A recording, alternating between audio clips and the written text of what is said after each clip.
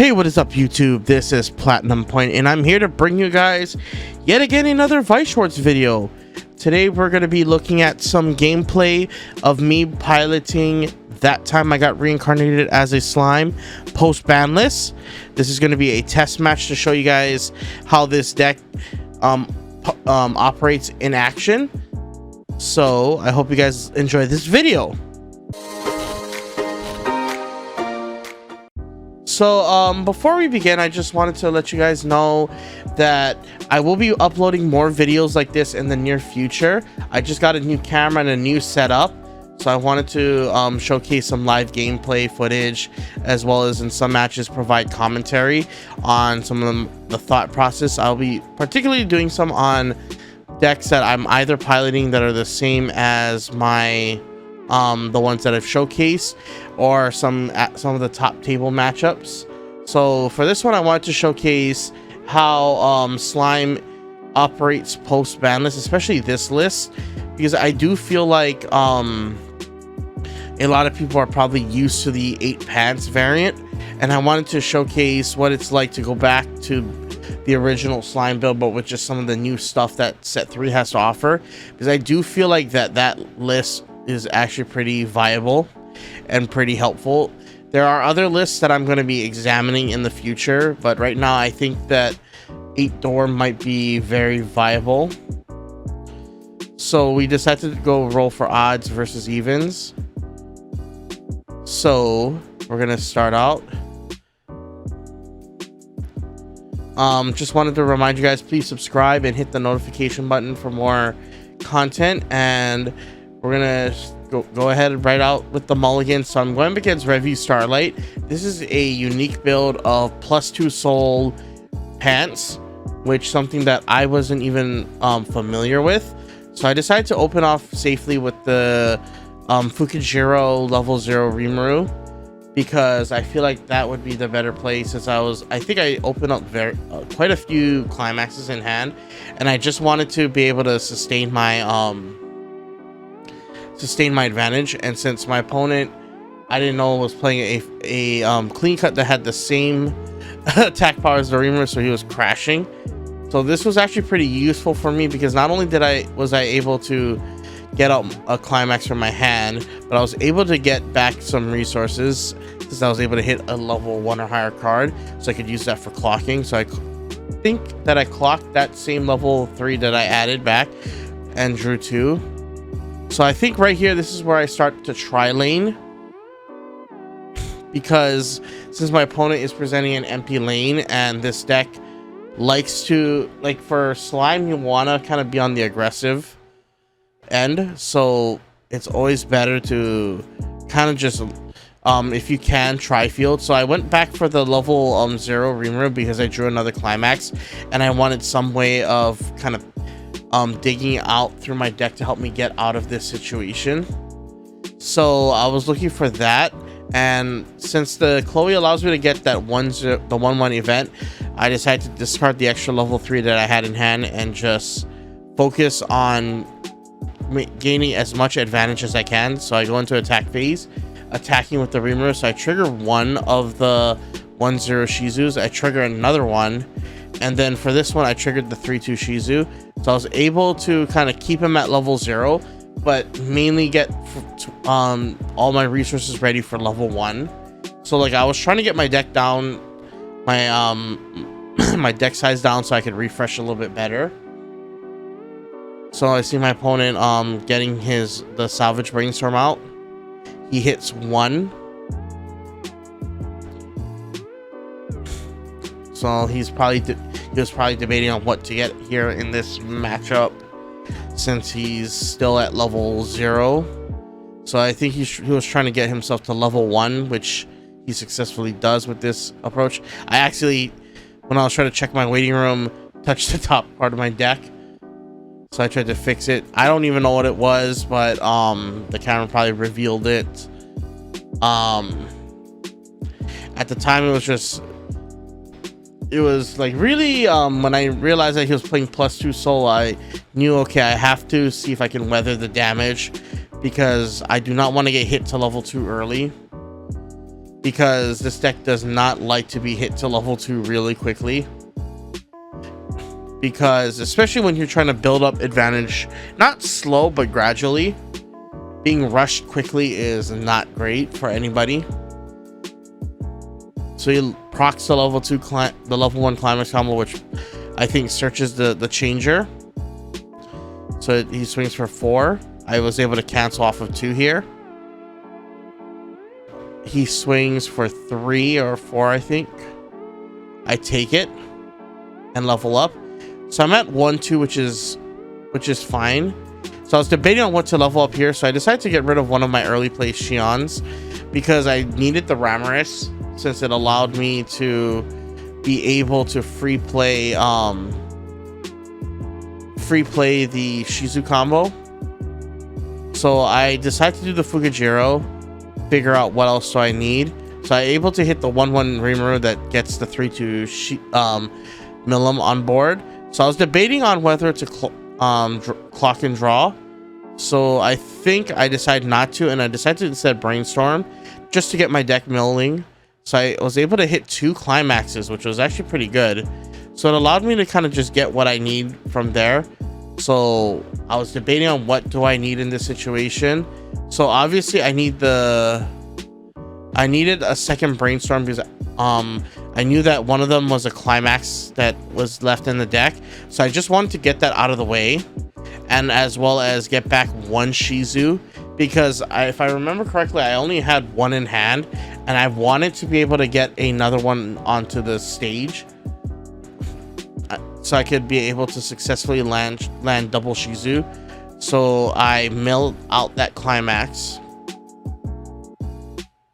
and I was trying to figure out what to search here. So immediately the first thing that came to my mind was searching the level 1 Shizu, but I realized that I also had another one in stock.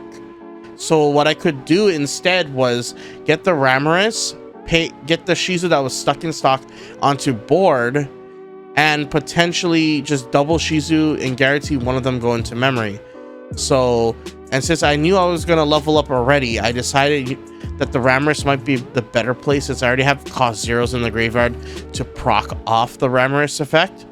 So I went in and grabbed the Ramorous and decided to do that route, since now that I can fulfill Ramorous's requirement, which is you have to have a cost 0 already in the waiting room before you can even activate the effect.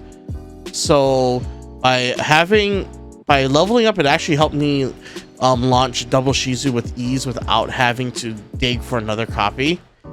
So I went for this combo and just slammed the climax. So I first front with the one that was summoned off of Ramorous's effect, because I want to be able to guarantee the reverse, as well as make sure that the Ramorous stays alive. And the best thing about the door build is if you trigger the door, you at least get back cards in your hand, especially with the Benimaru finisher, which requires you to discard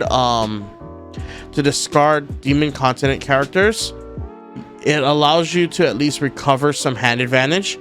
And this is where I do the Shizu combo again. I mill, I hit a level 1. So I was debating between getting the level 1 Shizu or level 0.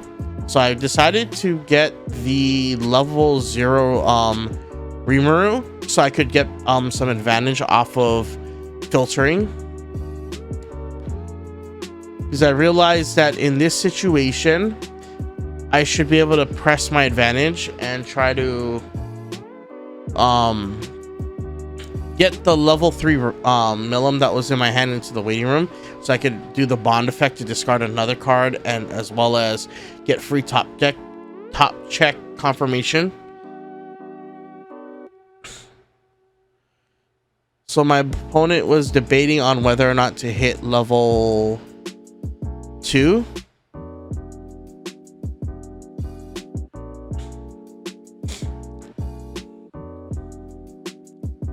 Oh, not level 2, but to exchange them. My bad. I keep on. So he decides to loop the +2 soul combo again, which is not bad. Like, I do like this play, because if you know that your opponent is probably climax insecure, you can use this opportunity to swing for more damage and push for advantage. So I ended up canceling this damage, which was really nice for me, and I was able to get the second Shizu in memory, so I could guarantee the the early play condition. So then he swings for 4. I end up triple canceling here, which was really nice for me because this allows me to slowly push my advantage. So I draw the mask. So I end up trying to decide what to do in this situation, because right now I'm actually ahead in advantage. So I decide, instead of trying to like early play push, I need the red in my stock. I needed to have the red in my clock in order to level it up to do the Soe finish. So my game plan here in this situation, I was debating on whether I should brainstorm or not, given the situation. So I think I decide to instead use the mask so I could dig for specific pieces that I needed. So I decided to just do the mask in order to search the Benimaru just outright, because I wanted to be able to threaten finish and kind of signal to my opponent that if you pump me to level 3 when you're at level 2, I am gonna try to close the game as soon as I can. But also just to have like my game plan ready, my end game. So I decided to do that route instead of just brainstorming, which I feel like it was actually the good idea, because not only did I was able to search for what I needed, but I was also able to land the Ramorous and basically guarantee another card going into memory. So I swing for 1 here just so I could break his board, as well as hit him to level 2 before refresh, so I could have more instances to just push him even further. So I was debating on whether or not this attack would be better side or front. So I decided to front because of my deck state. So I ended up hitting him to 2-2, which is actually pretty good for my situation, as now I'm able to kind of just waffle my way through level 2 and then take advantage of my deck's ability to heal down. So one of the reasons why I like this kind of level layout is you can take advantage of your deck's ability to just straight up stay at level 2 as long as you can. And when you can, like, this deck just feels so much better when you can stay at level 2 a turn longer than normal. Because with Slime, I do feel like the 2-1 does give you the ability to compress in terms of stock advantage, but you won't be able to stay at level 2 long enough to kind of reap the benefits of compressing with stock. So I felt like the memory approach was so much better, and in this matchup it does kind of prove that the memory approach isn't as bad as people, I think, underestimate with this deck. Because I do feel like Pants Door is a legitimate strategy that I think Slime players should go back to revisiting, because just being able to recur advantage and be able to just get back resources is just good. And the fact that my opponent had to bleed resources did level to get their advantage, and he accidentally clocks himself because he thought he was refreshing. So he swings in for 4. I cancel that. He directs here for 4. I end up taking this, which is fine. I'm going to be at 2-6, but I think I cancel the next attack, which is great for me because I get to heal down.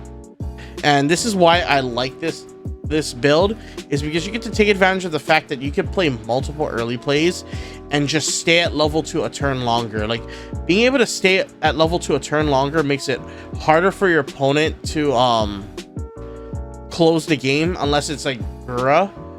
And in most cases, you still have a chance of surviving the Gura, like the Gura 3-step. So like, just being able to sensibly pull out pieces that you need. So I held the the anti-magic mask, so just for this situation where I could search for an early play or search my finisher. So I searched the early play Xion, which was really good for me since I was only out one climax. I'm able to double early play here and heal down to 2-4, which is actually pretty good, which works really well in my favor in this situation. So I forget to put the event into memory. So I start off by playing the early play. I'm able to, I think I discard a climax here if I remember correctly. No, I discarded a level 0 Reamer Ricky. So then I debate whether or not I should double early play. I think I decided not to, because I needed to figure out whether it's better to set up for the end game or just waffle out here. So I realized that I think it would be better for me to set up the end game, because if I do hit him to level 3 and he hits me to level 3, I'm not going to be able to close out the game properly. So I decided to search out this way, and I think I decided to get the Ramorous so I could just compress a little bit more and not waste hand, and I just get another level like 0 on board, just so I could swing in and guarantee put it into memory. Or I was thinking about actually just free playing the Fukujiro, but I was trying to debate like on what are my options. So I think I decided to do the Rimuru one just so I could see what would my trigger be. It's like looking back at it, it's like looking back at it, I think if I played the Ramorous, I think I would have probably been better off in terms of advantage, but I think this was fine too because I could swing for 2, which is great. I was able to get back the door so I could use it for either climax swapping or discarding. So I swing in front since it's a 5/5 for 2. I was able to stick the 2, which is great. And then I swing here and I hit 2, and I think I stick this 2. No, I can't. He cancels, which is fine. So my opponent is at 2-5 and I'm at 2-5. So I'm trying to figure out like what's the best course of action here moving forward here, because I think if I did the other play, I think I would have at least plus an additional card in memory, but I wouldn't have enough stock. So I thought that maybe having enough stock to do the finisher was more important, as I could close the game still. I was looking at his waiting room just to make sure how many climaxes he was out so I could figure out whether it was possible to close it. So he decides to get the Ricky to force him to level 3. I think his goal was to try close the game out here, seeing that if he doesn't close it out, I would have the chance to just close it. So I think he was searching for just a piece to discard off of his level 3 combo.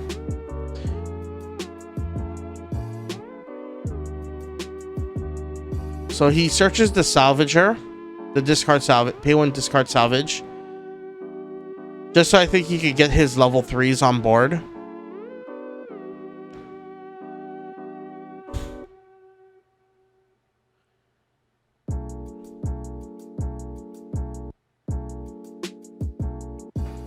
Oh, he decides to mill first before he pay 1 discard 1.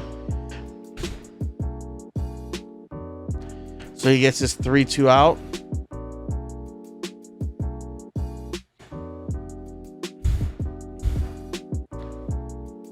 So I was asking him about his finisher, what his finisher does. So what it does is he pays 1, discard 1, reveals the character. If it has a soul trigger, I think it's burn 1 twice, if I remember correctly. If the card revealed has a soul trigger, so he was trying to just pay 1, like get his finishers out, because he wanted to close that game right there.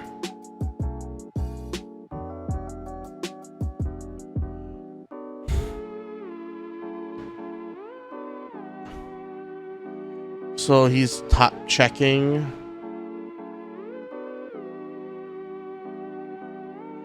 Kind of determining his attack order and his reveal order. Me, I'm counting my climax, the number of cards left in deck to see what's my cancel rate.